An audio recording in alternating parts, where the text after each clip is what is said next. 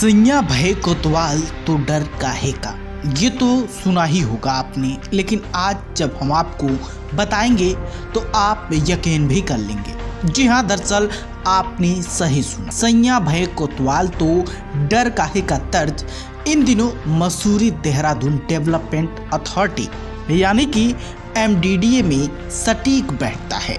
दरअसल जानकारी के लिए यहाँ पर आपको बता दें कि यहाँ पर चतुर्थ श्रेणी के कर्मचारी का विभाग पर इस कदर दबदबा है कि बड़े से बड़े अधिकारी भी नतमस्तक हैं और किसी में हिम्मत नहीं कि विभाग में उस चतुर्थ कर्मचारी के बारे में कोई बोल सके, उस पर कार्रवाई कर सके।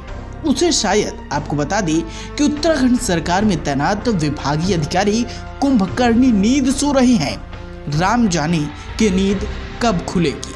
आरोप ये भी है कि इस पूरे MDDA में जिस चतुर्थ श्रेणी के कर्मचारी यानी कि राणा सिंह कोटी का कब्जा है, वहां पूरे विभाग में उसी की चलती है और बड़े से बड़ा अफसर भी उसके आगे नतमस्तक है।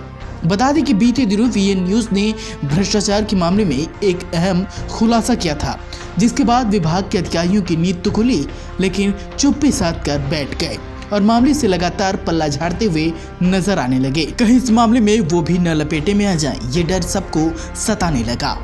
मामला जो भी है, लेकिन एक बात तो साफ है कि सामने विधानसभा चुनाव है और लगातार बीजेपी भ्रष्टाचार मिटाने का दावा करती है, लेकिन जमीनी हकीकत तो चीख चीख कर ये बयां कर रही है कि भ्रष्टाचार रोकने में सरकार विफल दिखाई दे रही है।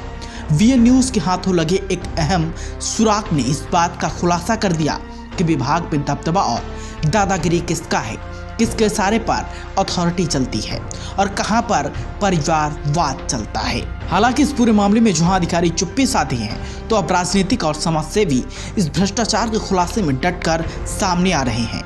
विभागीय जांच और बड़े अफसरों के जरिए जांच कराने की मांग में जुट गए हैं।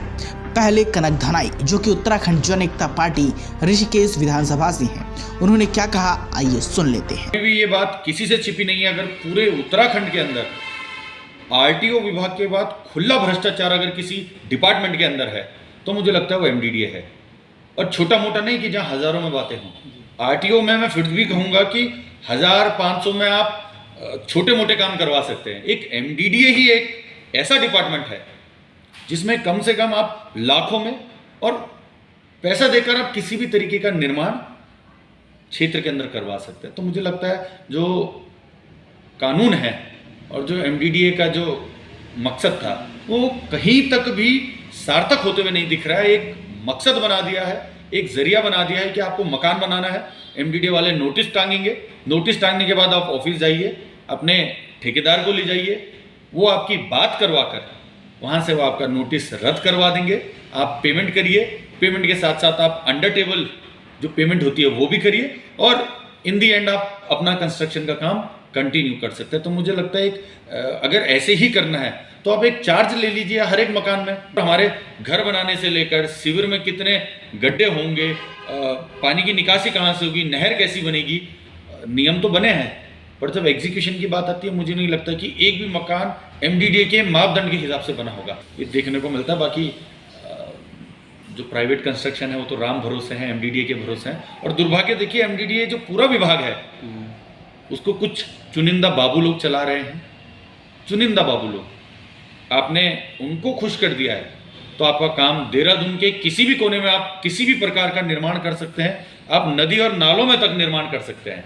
और वो लोग अगर रुष्ट हैं, नाराज हैं, तो मुझे लगता है जो आप अपनी ज़मीन में सही कंस्ट्रक्शन भी अगर करना चाह रहे हैं, मुझे लगता है उसको भी वो नाजायज़ घोषित कर अवैध घोषित कर वो कहीं ना कहीं उस पर रोक लगाने के लिए सामर्थ्यवान है। तो ऐसी शक्तियों का दुरुपयोग MDDA कर रहा है ना, पैसों की उगाही MDDA कर रहा है। और आज की डेट में दूसरा सबसे ज़्यादा भ्रष्ट दफ्तर MDDA बन चुका है। तो सुना आपने, MDDA किसी परिचय का मोहताज नहीं रहा।